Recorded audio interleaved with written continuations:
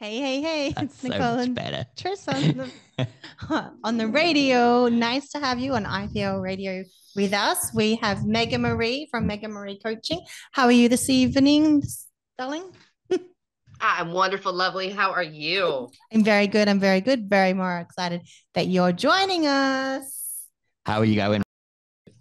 I am wonderful. How about it? I cannot speak all of a sudden. It's 10 p.m. at night. It's past my bedtime. I'm wonderful. Thank you for asking. What time is it over How there? about you? It is 10:06 p.m. Oh, wow. Thanks for staying up for us then. You're welcome. Yeah. And I know it makes me sound pathetic to say 10 p.m. is my bedtime, but I like beauty sleep. Not that you need it. Yeah. Oh, thank you, lovey. So do you want to just take us on a bit of a journey of where you've come from to where you are now? Yeah, that would be good. Sure. So I live in the States. I live in and I am going to say a horrible place called South Carolina. I'm not from here and I'll never claim it. Um, but my backstory is I grew up in a very abusive home. I grew up in an environment that says, looks are deceiving. From the outside looking in, everyone would want the life that I grew up in. You just never knew what was happening behind closed doors. Eventually I got away from it, was very excited, but guess what? I didn't heal from anything. And so I ended up recreating everything that had happened in my childhood that I was running and escaping from. I recreated it until I had enough. And then I finally was always on a career path of that I needed to help other people, but I knew that if I couldn't help myself, I couldn't help them. And so finally, after a 10-year marriage to a psychotic narcissist, I decided to get help. And my help, though, was getting my counseling certificate. It was my own mental health studies. It was really buckling down in my psychology studies, my philosophy studies to be where I am now. And that's where and how Megan Marie Coaching got developed.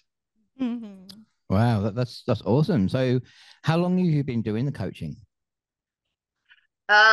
Professionally, with actually having a certification, I'm coming up on a year. And you were previously doing other stuff before?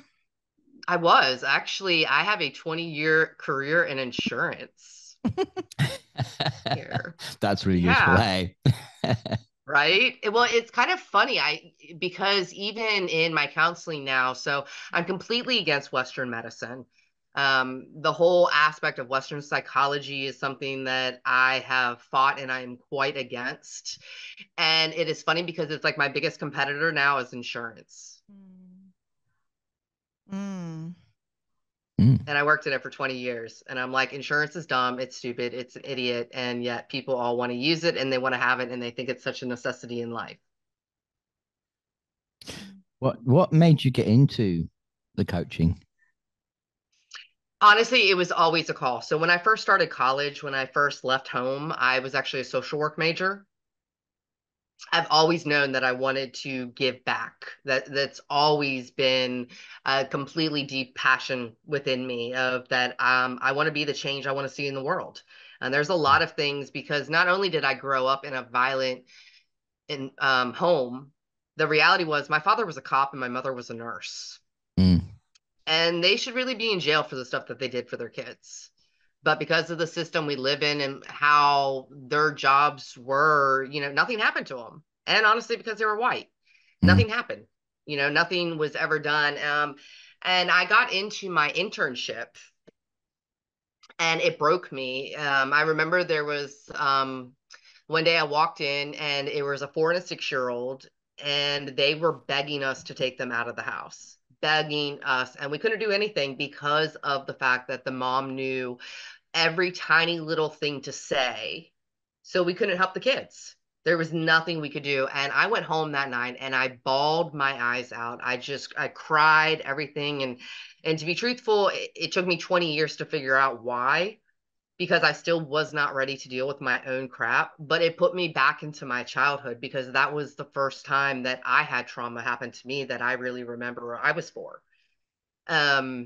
And so the next day I actually went in and I dropped out of the program.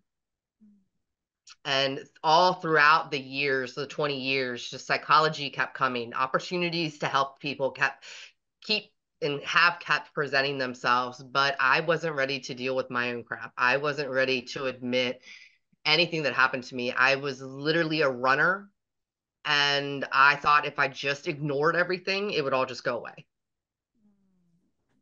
And so what was your realization when were really upset, bawling your eyes out, and really, I can so resonate with that.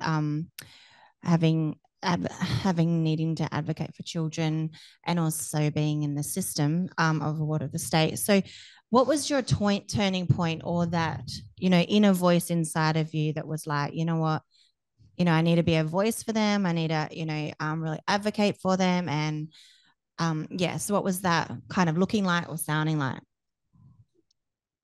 Well, that really, again, 20 years later is when that epiphany really happened. I didn't realize that then because, again, I wasn't ready to deal with my own aspect. And really to be the voice and to teach children to be the voice was when I realized how abusive my marriage was.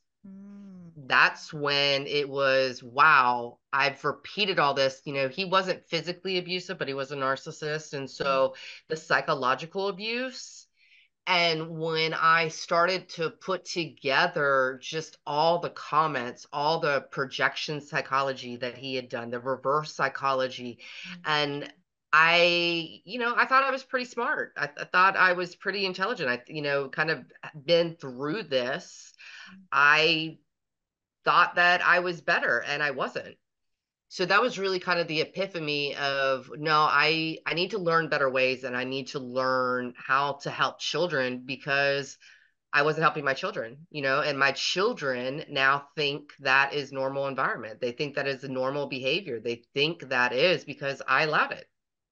And it's like not as if you will, obviously we own our own behavior. And I know you're saying you let it happen, so to speak. And some of it, though, I wanted to put the point across that we allow it to happen, but we sometimes are blind to it. We don't even know it. We're, if you come from an abusive, family, and then you just, someone else is acting the same way, you just think that that's what you're supposed to do. And and even like when I've seen other people be really loving in a family, it's normal for a child to go, well, okay, they don't act like that with me, as in my own family. So what have I done wrong? That kind of thing. And also I want you to go from that conversation that I'm going to say, then to also talk about our inner child, because also we're thinking about, how you're helping people with their inner child as well as children. So did you want to elaborate on what I was just saying? Well, so what if I said, Nicole, a lot of the inner child stuff I don't necessarily agree with anymore. The further I expanded my own studies and studying of the psychology, we need, I think, as in a society and in psychology, that's one of the biggest problems, I think, especially when it comes to Western psychology. We want to continue to stay in a past. I'm not a child anymore. I'm a 43-year-old divorcee with 2 children. And yet I go back, we want to go back and we want to go back and we want to find our inner children, where to me, we need to stop portraying that and we need to stop forcing that as part of the healing process. And we need to just learn to love who we are now. Because the reality of it is, on a psychological level, whether you agree or disagree or not, the reality is you handled your trauma the best you knew how at that stage. So what we know on a neuro level now is that each time we go back and we start to visit these past traumas that we have, we create new neurotransmitters within our brains. And what happens with these new neurotransmitters within our brains is that we create emotional reactions to them. And that's how then it's kind of the PTSD, it's kind of the complex PTSD. But yet each time we do this, we are fueling ourselves again with this past trauma that we can't change. Yes, do we need to acknowledge that it hurt us? Does it need that we weren't loved necessarily properly or you were abused? Yes. But going back constantly, we're keeping ourselves stuck. We're living in a past that we can't ever do anything about. We can't change it. You can't go back and say, Mommy, I need you to love me and hug me. And you're not going to get that hug that your 6-year-old self necessarily wanted or needed. Yeah. So why are we focusing so much on this inner child aspect when no, I need to be focusing on the 43-year-old me who, you know, wants to get up and go? Yeah. So what I wanted to say with that is, so when we're talking about neuro, we're talking about, so for instance, like just to bring it back for like the audience that, because you know we can talk about neuro all the time for hours. So like bringing it back to the basics. So basically, you just think of a light globe, and then when you're going back to the past, you're kind of like turning on those little light globes, and you're like, you know, making those transmitters turn on, and then you know they're having to go back, but they're going back to a place that you don't have any control of. The thing is when you think about inner child, you can talk to yourself progressively during the day, not acting like you're crazy, and say, you know what, you've got this, it's fine, everything's fine, let's do this, and kind of empower yourself to actually, you know, talk to yourself in a way that encourages yourself.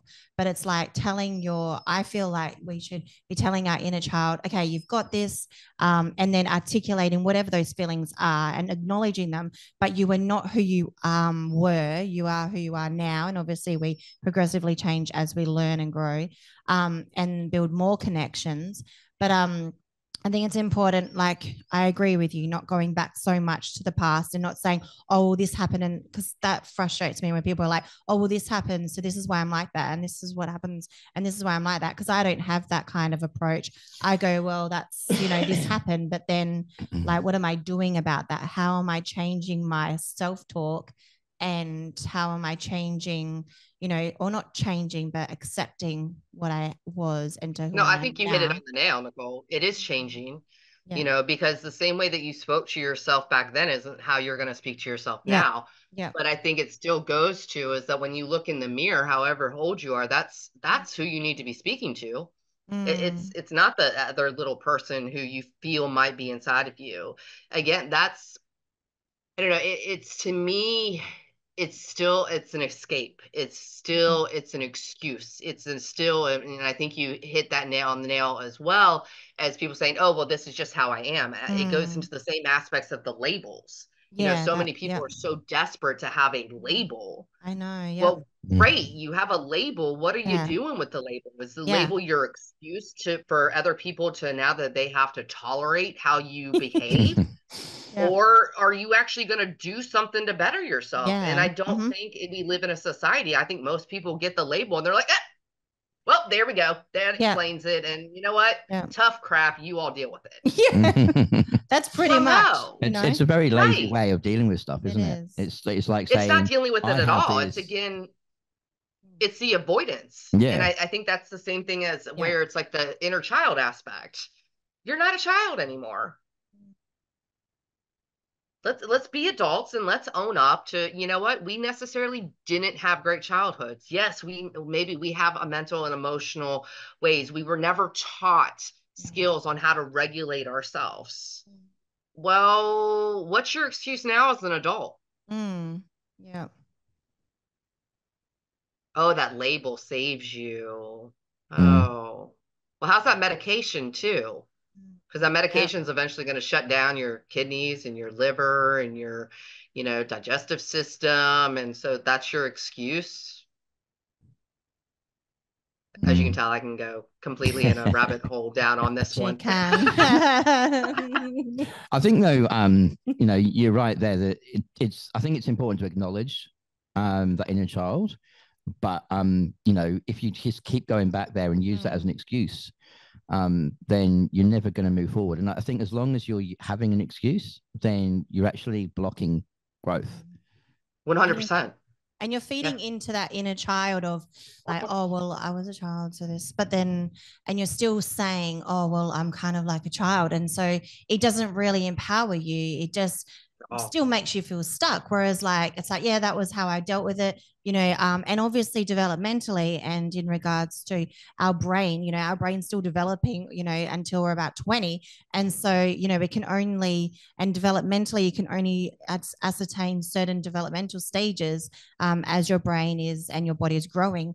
So it's like, you know, if we're trying to deal with like, you know, when you're younger than 12, even when you're even trying to work out your identity, let's not have that conversation, but anyway, yeah. So then, yeah. And then, so it's just like, you know, you're never going to be able to explain how you did anything. You just got to accept that that's how you did it with whatever tools you had at the time in your little tool belt. And then now you're growing older. So you are getting more skills and more things in your tool belt. And then it's like whether you decide to make changes, whether you decide to own it and go, yeah, well, that's what I do. You know, because some people say certain things about me and I'm like, oh, okay. And I learn from it and go, okay, so that's how, okay, so you see it from that. Not that everyone's opinion matters, but it's like good to do self-reflection and then go, okay. So when you think about, Megan, when we're thinking about people and their growth and when they come on board, because it's all about excelling them into, you know, being really successful, what kind of resistance or what kind of talk do you get from your clients?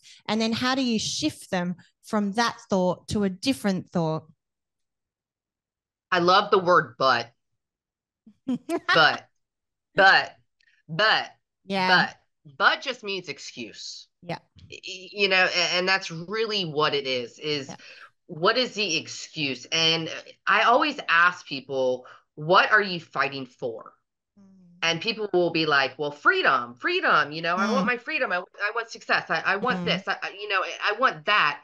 And I'm like, but, and they're like, but what? That's what I want. And I'm like, yeah, but every time I asked you, like, why couldn't you reach that? It was, but this happened, but that happened, but that. So why are you fighting for your limitations? Why are we constantly so afraid to give up what held us back for so long?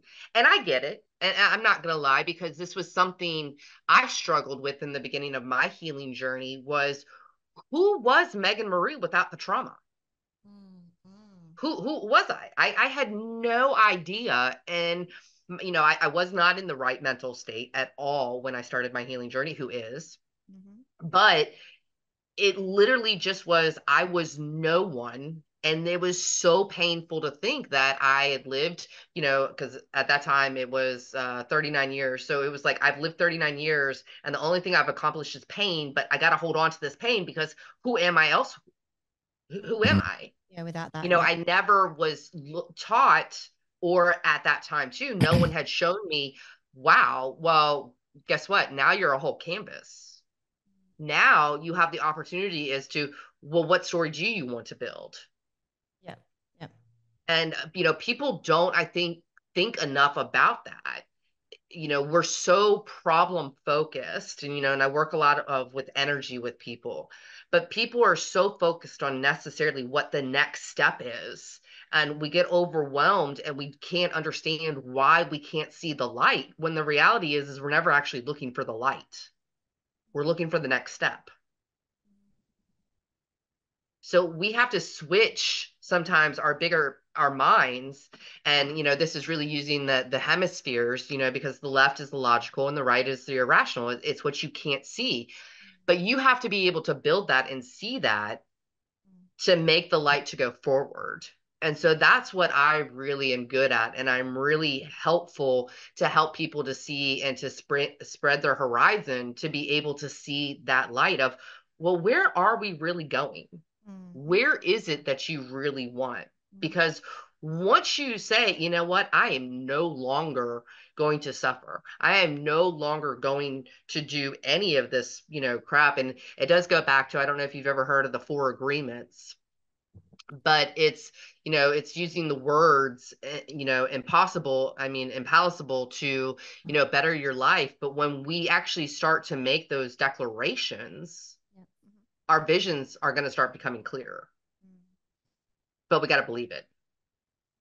Yeah. And you really have to believe it and see it and really go for it. And, you know, and you also have to be careful of who you are expressing it to, because 100%. Some people just don't get that. And they're like, well, like, only share my my goals and my vision with certain people. So then I don't have to worry about that whole self-doubt that they've all got in their own little head.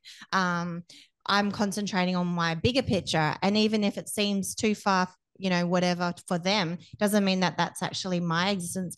I even have, when I'm building businesses and people come to me and on that kind of point of view, and it's like, oh, okay, I want to do this in my business and this. It's like, okay, awesome. Let's get on with this. Let's just do this. And we're like, we're doing that. And then they're like, oh, can we do that? Well, yeah. So let's just do it. And it's not until they actually see it, or sometimes it's not until they actually, and I'm sure you can understand this, where you're looking at like where someone's life is and where they can be, but just by the smidgen of what they're saying. And you're thinking, well, you got even more inside you, but let's just not go there, because like they need to see as they're doing it and stepping into that faith and stepping into that, and it all aligning, then they're able to see it. So what do you do for your own point of view? Because like, you are going to get clients that are able to see the bigger picture, and then so they'll realize that you can deal with those ones that do have their own limitations. And obviously everyone has their own different limitations.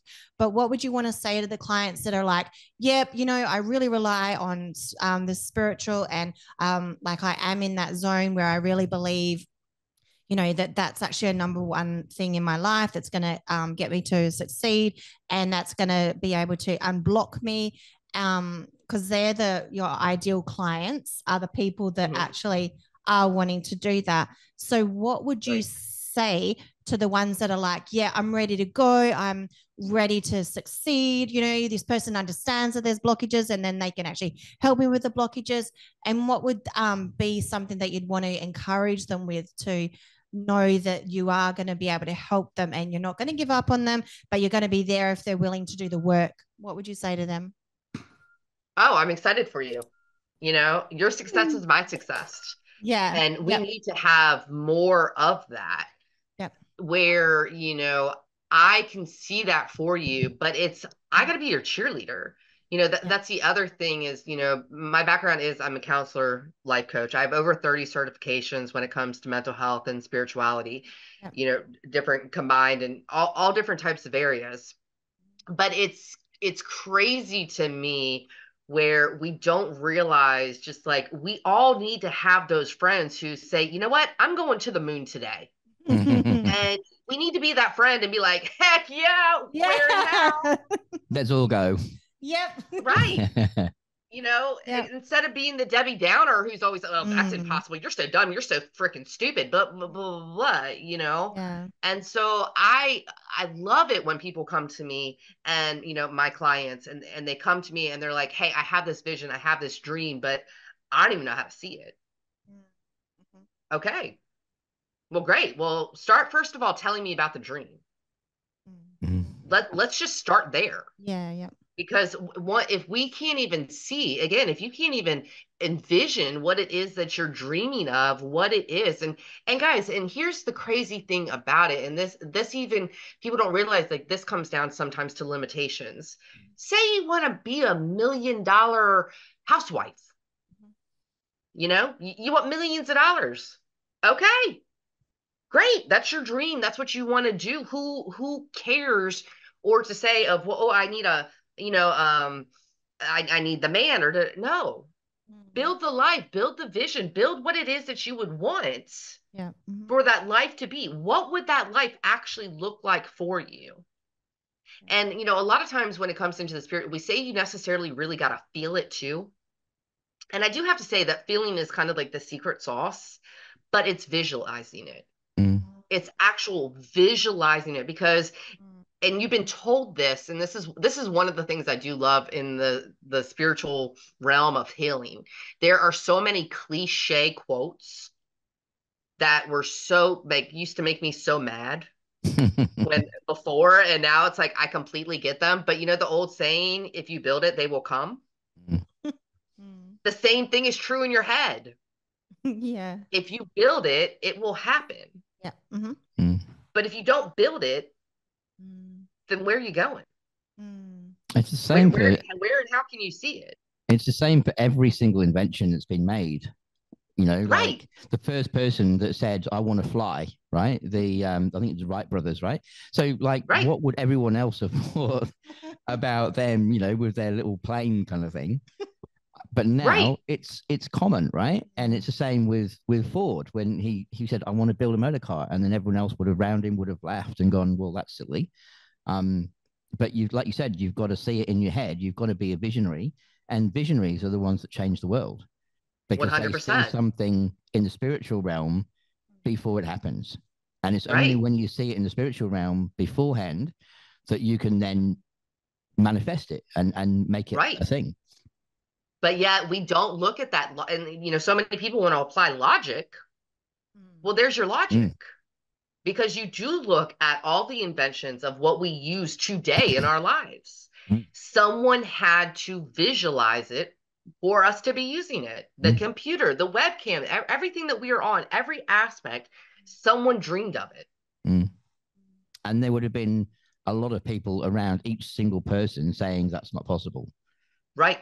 And yet we sit here and argue constantly of we can or we can't do any of this type of stuff. And yet we have constant evidence. And, you know, the one thing that really gets me with everything of the spirituality, to be truthful, the only stuff behind the spiritual that I get behind is stuff that science can prove as well.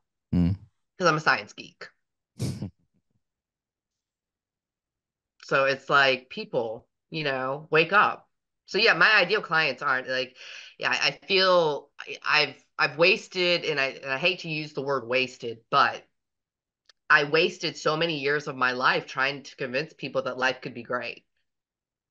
Now that I'm healed, now that I am living my life and moving forward in my directions, I'm not spending any more of my time with those type of people.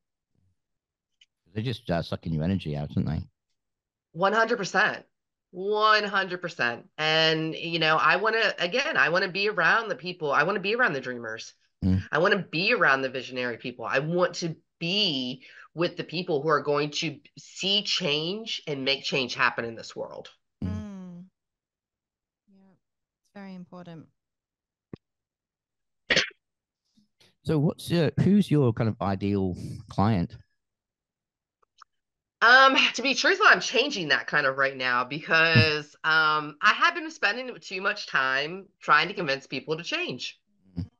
I've been doing individual counseling for most of the last year, and I ended all my relationships with my clients.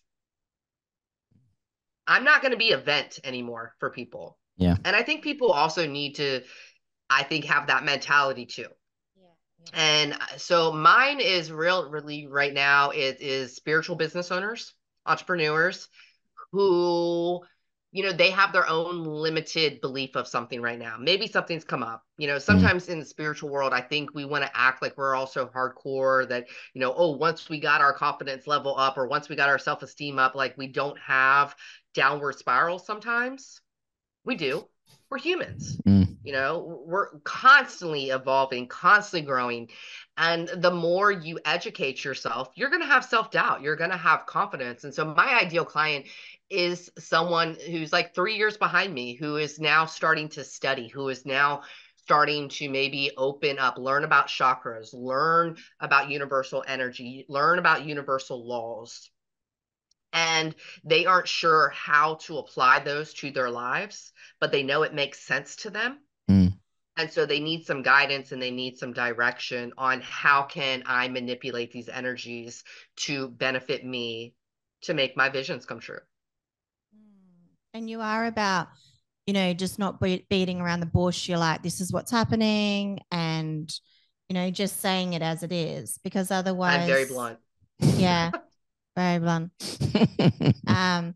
Very direct, which is a good approach because it works. Because then, you know, because Megan and I have had conversations as well. And that's why I love her so much, because we're just like, yeah, we just have a real conversation, right? We have real conversations. It's not whatever, you know. It cuts the kind of crap out of the conversation. I'm not a small talk. Yeah. I can't do small talk. I'd rather talk about people's visions or, what they want to achieve in their life rather than whether it's raining or not. Yeah, I want to learn. I'm a Yep. student forever. There's constantly, I mean, I literally, I do get flipped because I study a lot and I read a lot of different things. I'm very well educated and very diverse on many things. I mean, some of the stuff that I know, people are like, how do you know that? And I'm like, I don't know. I read an article one time about it. Yeah. I learn from people, just because it might seem stupid or, even say like a trash person. There's a process to that, right?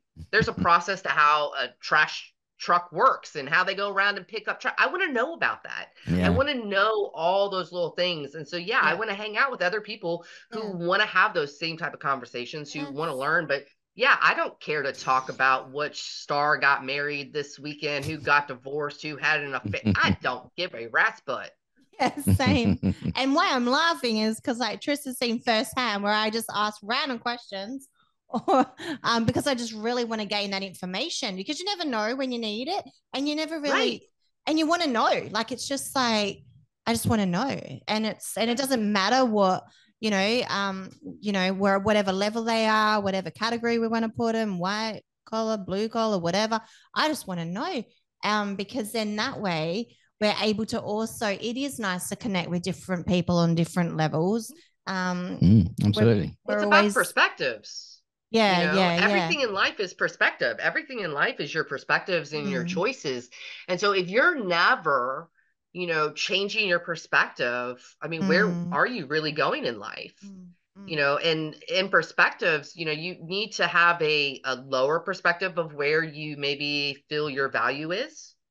You need to know the opposite of that. You also need to know the greater of it, because where are you necessarily, I use the comparison a lot of times of the stick, but the stick is where we balance, it's like walking on the tightrope. But where do you know where your bottom and where your high is if you're not educating yourself between other people's perspectives? Yeah. A classic example was yesterday I went somewhere, and, if you followed me, you'd know my children's past and their medical things.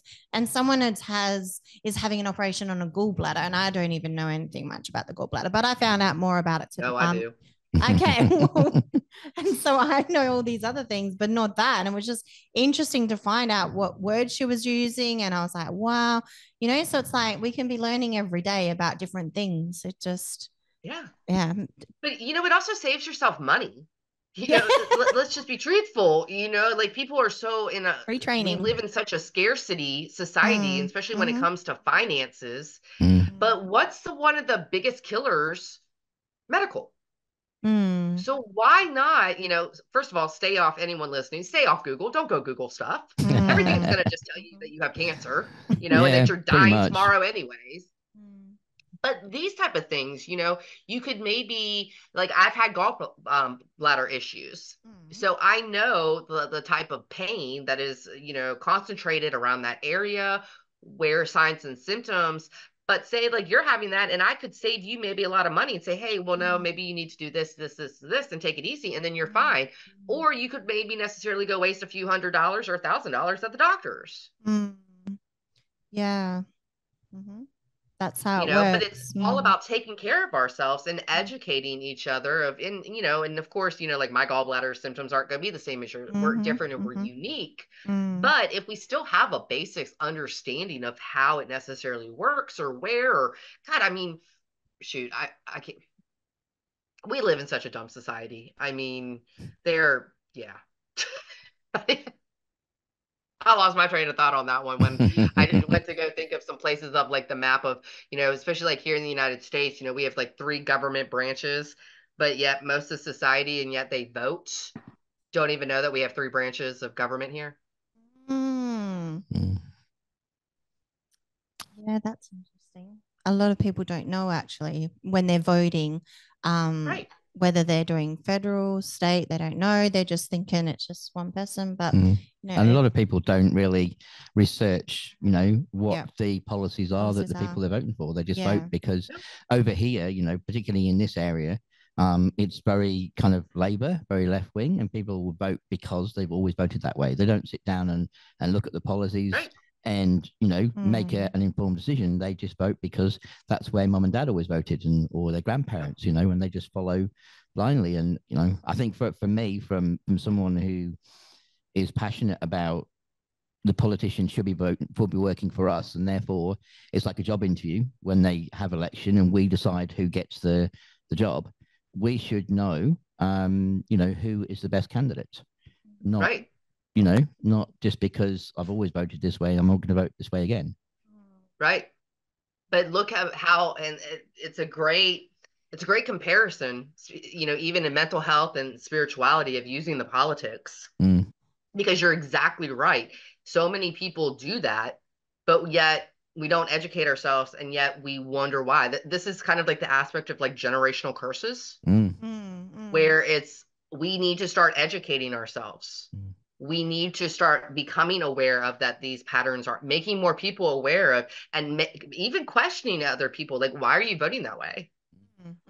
Because some people can't even answer that question. They don't have to answer that question for you. And sometimes it's not even, I don't even want to know your answer. I don't even care, to be truthful.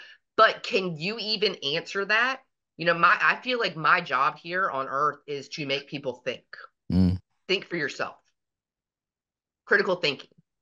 But if we aren't even asking these questions to people, if they've never been directed to do it ever in their life, when and how are they ever going to start if there aren't people like us who are going to come along and be like, hey, did you know there's actually two political systems? Can you explain them to me, please? Yeah. There's a lot of uneducated people around, isn't there? Oh, yes. And because they do, you're exactly right. They just follow what mommy and daddy did, or grandma and grandpa did. And we continue these patterns. But I'm very excited, I think, because I do think we're waking up. I think that we are becoming a more educated society, where social media, which I've, typically have always kind of been against social media. I think social media and fake news is helping this situation out. I think more people are now attuned and aware to how much fake information is out there that people are starting to research. Yeah. And I think it's not only in the broad scheme of like politics, but I think it's also mental health. I think it's medical. And I think that we are on the brink of a big, massive change, and that people are going to start taking that responsibility. Because let's face it, that's really why we have the uneducated, is because people don't want to take accountability and responsibility. And it's easier just to say, well, my mama did that, which again is a victim mindset and blaming. Yeah. And it also excuses them from having to think. 100%. No accountability, no responsibility. So how do we change that? Conversations like these. It's more people being aware. It's more people of having those conversations, making people think, asking the hard questions. I actually love Facebook. I got recognized last week on Facebook for being a conversation starter. I didn't even know they did a thing on that. But I was like, heck yeah, I like that, because I do say some very off the wall things for some people. But you know what? They may comment and they might have something nasty to say, but it still made them think, because they had to think to come up with something nasty to insult me with. Do you get many kind of hater comments like that then? I do get a lot of people who they want to argue, because again, they don't want me telling them that they're wrong. And I think that's the other hold up on some of this stuff, is that people don't like to be told they're wrong. But why is it wrong? It's not that it was wrong. It's just now that it's whatever it is outdated. And it's challenging their thinking of what they thought and what they know. They thought. But we have such a, society has such a judgment on, oh, you did this wrong, or you made a mistake. And, I had a friend tell me, he was like, I don't use the word mistake. I use the word blooper. And I was like, ooh, I like that. And he was like, yeah, because he said everyone loves bloopers, right? Oh, from movies. yeah, yeah. And I was like, well, yeah. And he was like, so I refer to everything that I consider, in quotations, a mistake as a blooper. So I That's take the cool. pressure off of myself. Mm. And I was like, well, why are you even putting pressure on yourself anyways? And he was like, well, I'm not, because I'm saying bloopers. And I'm like, yeah, but the fact that you also had to change the word does mean that you were putting the pressure on yourself when, again, it's just outdated information. Why do we have to hold on to everything from the past? Everything becomes outdated. We become outdated. We have an expiration date. People want to forget about that, but we do. We just don't know it. But if we want to continue to evolve and if we want to continue to grow, then we have to admit that things get outdated. We have to admit that we need to change and that we can evolve and to grow and to be more fruitful people. Yeah, it's definitely also about what I love saying is it's okay to feel uncomfortable, and rise with that. Yeah. We should always honestly feel uncomfortable. Why does it have to necessarily be uncomfortable? Why does growth, and I made a post the other day about it, and I can't remember what exactly the post said, but on the aspect of uncomfortable, we know that if we are doing something uncomfortable, it's going against our nervous system. It's something to do with our subconscious programming, and that is why you're uncomfortable. That's where Make it a growth normal happens. thing. That's where growth happens, all right? Because we're in a period of moving away from maybe harmful beliefs and ideas into something more positive. And our subconscious doesn't like that because we want to feel comfortable, even if it's detrimental. Like, when people have been in bad situations that are really harmful for them, they still keep going back because they feel safe. And so we are programmed. We're programmed, right? We're programmed to feel safe. You're programmed that unsafe is your safety. But then you're moving away from that into maybe a better relationship or a better situation. And our subconscious is like, no, this isn't right.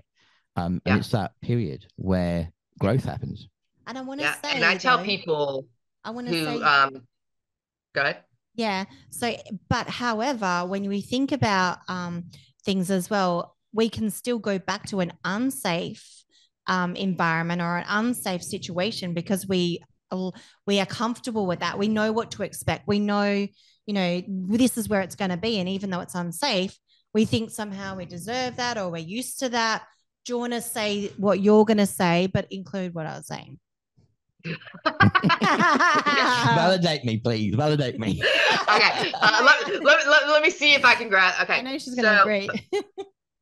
Yeah. The subconscious, it's programmed, and I tell people all the time, like, especially people who are always like, anxiety, anxious feelings, your nervous system is programmed to that. So what that does mean, and psychological aspect is, guess what? You grew up in an unsafe environment. Your subconscious mind was programmed for anxiety. Anxiety meant a normal environment.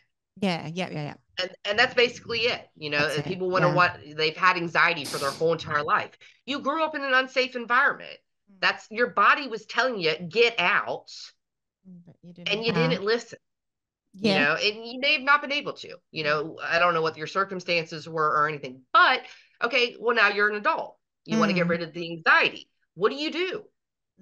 Like, everyone's always like, what do you do? Well, hopefully you're not in that same environment. Hopefully you're not around the same type of people. But the problem probably is that you probably have recreated the environment with different types of people.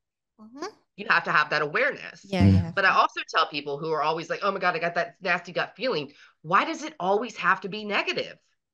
You're programmed to go to negative.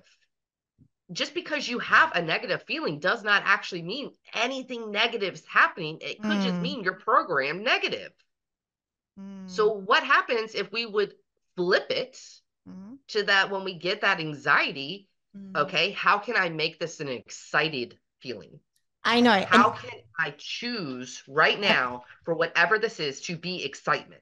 I'll give you an example, right? Okay, so when I'm lecturing, I always know the first class that I'm going to attend with my students is they're going to be looking me up and down, judging me, whatever. I probably look young, so they think that I don't know much, even though I've been doing this since 1998. So I started when I was 3. That is a joke. You were that gifted, Nicole. Let your sparkle shine. Yeah. Boss baby, all right? Yeah, that's it. So I already know that they're going to be like that. I'm actually already dressed in how I feel confident. I already know I know my stuff. I already know that whatever they're going to say, I'll be able to help them break through whatever, blockages as well that they're going to have within the class. And so I really just own it. And I'm like, yes, I'm going to meet some new people. I'm going to really, some students, I really do empower them over the years. With my teachings and that, praise God, with, I'm helping them shape children's lives as well when I'm talking on child information and really be able to shape their lives. So I get excited about it. But a lot of people do have the fear of speaking in public, a major stressor. But I actually don't feel that way. But for the first 5 minutes, a little bit of like my body will go, and then I'll get on with what I'm doing. But I was giving that as an example. Just because I feel uncomfortable doesn't mean it's going to have an uncomfortable outcome. It can have an empowering one. Right. But again, it comes down to that subconscious aspect where we programmed. Yeah. Are you programmed that the shoe's always going to fall off? Or are you programmed that the shoe's going to stay on? Yeah, yeah. I know that it's like going to stay on, it's going to sparkle, it's going to be amazing. But I can see why people, if they're a Cinderella, they'll be like, oh, it's going to end and then it's going to fall off. And, I'm going to be. You just started that whole downward spiral Yeah. and you've just created the whole negative situation and you've taken away. Because again, we know where energy goes, it forms. Yeah. And that's, it's a great example of it. But yeah, if you're always expecting the other shoe to fall off, you're programmed negative. How do you flip it? The shoe fits. I like the just start telling yourself the shoe fits. I like the post on Facebook of 2 people on a bus going around a mountainside. One person is sitting on on the side of the mountain, and the other person is sitting on the other side. And it's basically, whichever side you sit, that's going to be your view. So if you sit there and you're looking, at the mountain and there's nothing really to see, you're going to be negative. Well, if you look outside and see, the beautiful sunshine and fields and really nice atmosphere, then that's what you're going to see. And that's another spiritual truth, right? That whatever you look for, you're going to see. 100%. Whatever you are seeking seeks you. Yeah. So the universe is going to show it. I made a thing like if you think the world is an unfair, unjust place, the universe is going to constantly continue to show you exactly what you asked for, exactly what you're seeking. You want reasons to say, yes, this world is unfair and unjust. It is going to give you exactly what you want. I've just realized the universe is just like a giant Facebook. You know how you put something in Google, right? So you're searching for something and then your Facebook algorithm shows what you're looking for. So the universe is basically just a giant Facebook feed. Whatever you look for, whatever you Google, it comes up in your feed. 100%. 100%. It's exactly. And, and probably to be truthful, Facebook and them probably took that algorithm from how the universe works. If you follow Abraham Hicks or Joe Dispenza, even the constant aspect of the vortex or the matrix, it's all there. It is. It's just what are you choosing to see? And it comes down to what are you programmed for? Where is your self-awareness? Where is that coming? Where is it coming from? And are you willing to step up and change your awareness? Powerful. I know. So if there's people that are listening and they're like, yep, I want to get on board with Megan Marie's coaching and I want to, take this opportunity, where would they go to? You can check me out at meganmarie.live. That is my website. Oh, yes. And then on Facebook, which is Megan Marie Coaching. You can send me a DM on Facebook.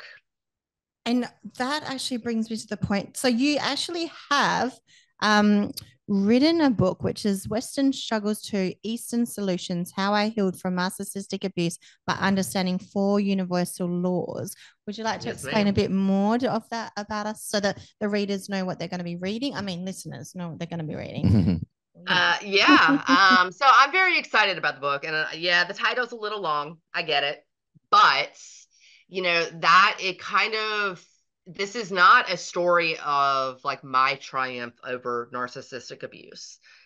This book is more of how years of studying. So in 20 years, I have studied social work, I have studied clinical psychology, I have studied psychology, and I have studied forensic psychology. I never got answers. I never got any type of answers of because really what I wanted and why I think I started with psychology is I wanted to know how my parents could do the crap that they did to kids. Honestly, that's what I wanted to know. I wanted to know how these people can hurt innocent children and be okay with it. And I never got any of that from psychology. It was all the fundamentals of, yes, the brain and the hippocampus. And, and it's really kind of crazy because what we study in school actually really isn't valid at all anymore. What we've learned about the brain within the last 5 years basically throws out everything to me in the psychology world. And when I finally decided, you know what, I'm going to stop focusing on them because I'm not getting any answers.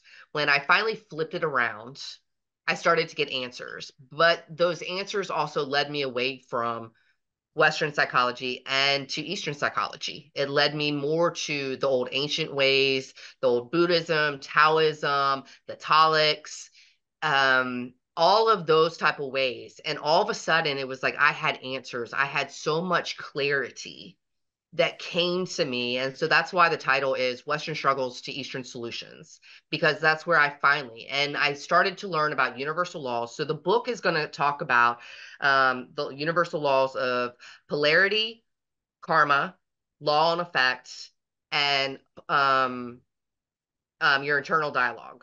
But I just forgot one. So it's karma, polarity, cause and effect, law of attraction, duh. And how, but your internal dialogue is basically, it's where it's set. And the book goes in to explain as to when I started studying Buddhism and Taoism and Taoic, where and how my understanding came from of where and how narcissism is created within individuals. And it's a lack of being with infinite source, God, whatever terminology you want to use. But the more you are walking away from whatever it is that you call source, you create narcissistic tendencies. And so the book is really a discovery about how that when I started to understand narcissism, how it applied to me, my family, and the healing aspect, and I was able to basically give them back everything versus taking it to me and changing my internal dialogue, because I never truly understood how horrible my internal dialogue was programmed, because, it's your subconscious, so it runs on background. And I realized everything bad that was happening to me, I was attracting because of my internal dialogue. I was continuing to attract these narcissists into my life because the reality of it is that my internal dialogue, even though I'm not an evil person and, I would never hurt another human being, but the reality of it is my internal dialogue was same programmed as a narcissist. So you're saying that the further you walk away from faith, however you define that, the more you walk towards narcissism, because narcissism is basically self-centered, right? So narcissism is putting you at the center of your universe. You are the center of the universe. And your ego and your ego and your core values end up just being about yourself. And if it's your ego, do you want to tell? Yeah, let's talk about the ego with narcissist. Well, your ego, the ego is, the ego is something you got to get rid of. The ego wants to protect you. The ego thinks it's protecting you. It's going to continue to remind you of situations that feels that it's going to protect you. And when it comes to a narcissism and their ego, it's the biggest liar to them. It's where and how they can accept the lies that they aren't doing anything wrong. And that's the one thing that people need to realize is that most narcissists don't believe they are doing anything wrong. Yeah. And they actually have a really low self-esteem.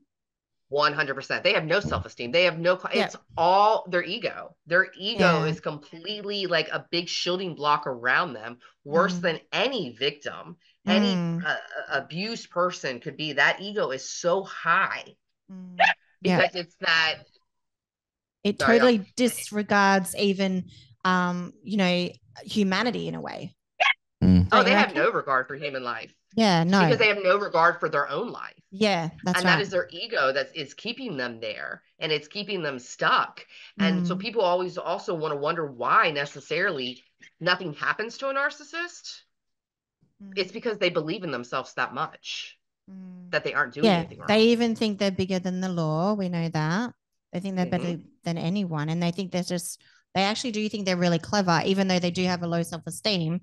And they do pretend to be a lot of things. And it's all just pretend. Right.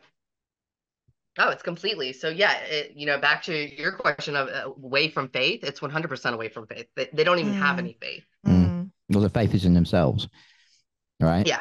I mean, faith, I guess the good thing about faith, when it's focused on someone outside of us, then in virtually all spirituality or religions, the main focus is on being kind to mankind, being kind to humanity. And that's the basis of virtually every faith out there. And so if you're focused on God or the universe or however you define that, then you're putting your faith in something else. And that is allowing you then to be good to, you know, everyone else. While narcissism is putting yourself, like almost thinking that you're God in your life. You are God to them. Yeah. They 100%, you're exactly right. They do think that they are God. Yeah. And, you know, and that goes for all the narcissists that I knew in my life. I was raised by 2 narcissistic parents, you know, we used that all the time. I used to tell him all the time, I'm like, the world does not revolve around you. Like, get your head out your ass. But you mentioned before that your dad was a police officer and your mum was a doctor, right? A nurse. You know, I think that a lot of, not everyone that works in those fields is narcissistic, but narcissistic people do tend to be attracted to positions of power, right? Right. You are 100%.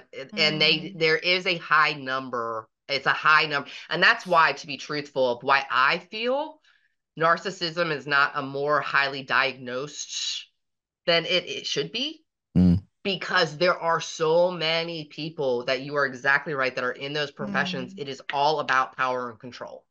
So we would be now going and basically saying like all of your doctors are narcissists. Yep, we know it, but we accept the behavior. We accept these behaviors. We accept this as normal because of the fact that we have given them a grandiose, you know, idea of, oh, well, you're a doctor. Well, guess what? In my view, and this kind of comes down, you poop the same way I do. You know, but we need to stop putting people on these pedestals that just because they did that or they did this or they did that, because we're building this as a society and we're saying this is acceptable behavior. You can treat someone bad because you're a surgeon. How's that right? There was a story, and I can't remember exactly what he did, but there was this surgeon who was, I think he was like one of the only surgeons in Australia that did this particular operation. And he got struck off from the medical board because of his behavior, and he had lots of complaints from his patients. He basically was incredibly rude to them. The entire medical service seemed to back him, you know, and saying that, okay, he might not have a good bedside manner, but this guy is a genius. And he's actually gone to, I think, Thailand or Bali or somewhere like that to practice because they'll have him and they won't be held in Australia, you know. But that's a prime example of someone who has that immense power, that he has the whole of the medical profession backing him against the medical board. And the medical board has said, no, you can't practice because, you know, you've done this thing that's really bad. But he still gets a lot of support. Right. It's, if you look at who his but who's the people who are giving him that support are his colleagues that are narcissists just as him. So of course they're not going to stand by and say, oh, yep, I'm bad too. You know, they're going to stand together. That's what they do.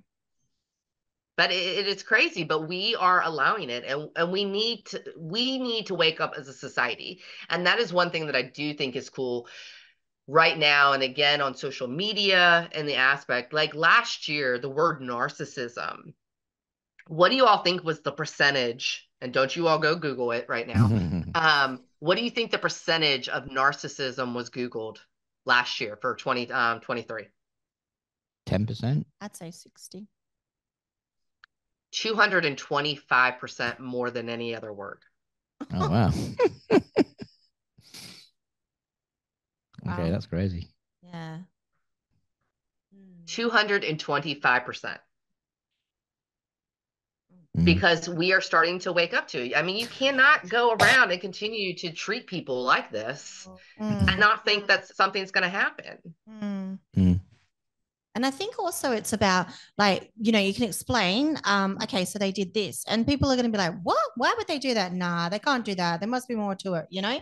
And it's like, no, they actually work it out. Like it's very calculated as well.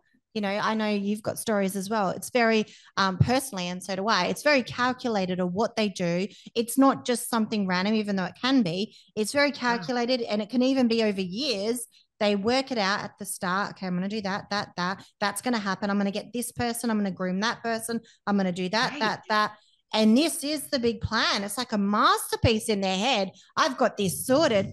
And then they go towards, you know, they go in front of the court or whatever. They've already worked out what they're doing with that as well. And they're just, you know, it's like a performance. You know? I can give you a crazy quick example, kind of, but you're exactly right, Nicole. And it's all about grooming, and it's all. So the ex-husband, okay, I had this dog. The dog used to pee and poop in its kennel all the time. And if you have animals, you know that they should not do that in their home, in their kennels. I would get so angry every day as what the heck is wrong with this damn dog? I had no idea what was wrong with this dog. This dog would jump the fence. It would get out every day. This dog, I hated it, but it was my kid's dog, so I couldn't get rid of the damn dog, you know, because I had one of them. He was beating the dog. Yeah. And then throwing it in the kennel. Aww. Every day. And then watching me have an emotional breakdown, having an emotional reaction every day to this dog, frustrated, and he was good with that. Yeah, I totally know that. Yes. I've had the same thing in my life. Yeah, it's like they feed off our uncomfortableness. Right. And our anger, not that we're angry, but we're just angry with the situation. Our frustration. Well, they get off on it. They get, he was probably getting, you know, and I'm sad to say, but yeah, he was probably getting horny. Yeah. Watching me get upset over this dog every day. Of just like, why? Because I'm an animal lover. I can't understand why this animal is doing this. I can't understand any of this. And he's probably getting off on it of like, haha, I'm doing this to her. She doesn't even freaking know, you know? Yeah. And I find out years later from my kids who witnessed it, because he had told the kids that he would beat me up if he, you know. Oh, yeah, yeah. So they have to be quiet. It shows the even further of like, these are the things that narcissists do. And it's like, why? Like, why do they focus so much energy on the hate and the misery? But again, that's because they're programmed. They're a product of their environment. The reality of it is for most narcissists, they have a parent who was the example of this. That was their caretaker. That was the person who they maybe wanted the biggest relationship with, and maybe they were neglected as a child. So then they pick up the patterns and the habits of the parent continuing being a product of the environment. You can look at family history and see where the narcissists come from. Just like with myself, you know, I have 2 siblings. My siblings are narcissists. I have nothing to do with anyone in my family. And I do tell people, I said, do not think for 1 second that I did not have narcissistic tendencies. I was raised by 2 narcissistic parents. I married a narcissist. I was surrounded by constant narcissism. So do you not think that I didn't pick some of it up? It just became your normal, right? It became my normal.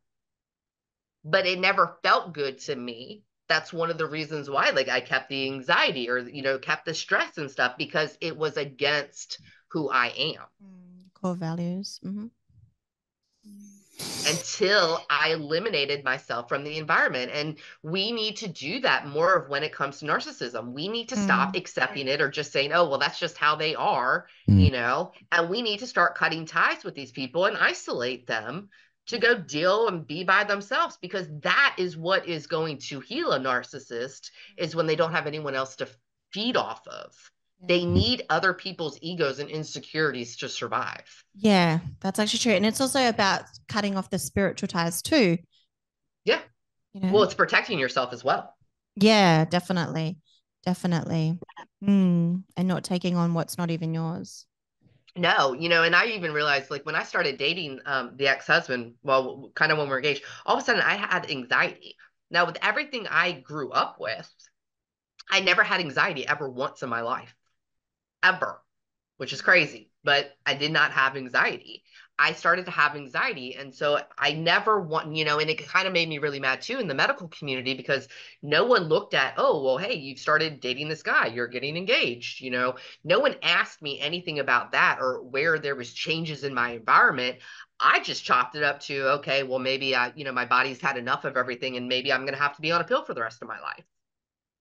I stayed on that pill until I divorced my ex-husband. And then I went off everything. And guess what? I've never had anxiety since. I eliminated myself from the environment. And that energy, too, that I was picking up with, like empathic, that was his anxiety of always wanting, being afraid of being caught. It was never even my energy. That's true. Yeah. Well, it's a powerful conversation we've had this morning, and we could talk on for another hour or so, but unfortunately we do have to wrap it up here. Just wanted to go over, if someone's listening or watching the video and they want to get involved, how do they connect with you on socials, on email, website? I am. So on TikTok, on Facebook, and on Instagram, I am Megan Marie Coaching. And then I do on my website, it is meganmarie.live. You can reach out to any of them and, you know, send me a message. I would love to work with you, love to hear your story, and love to help give advice. You know, I'm all about helping people progress. I'm about transformation.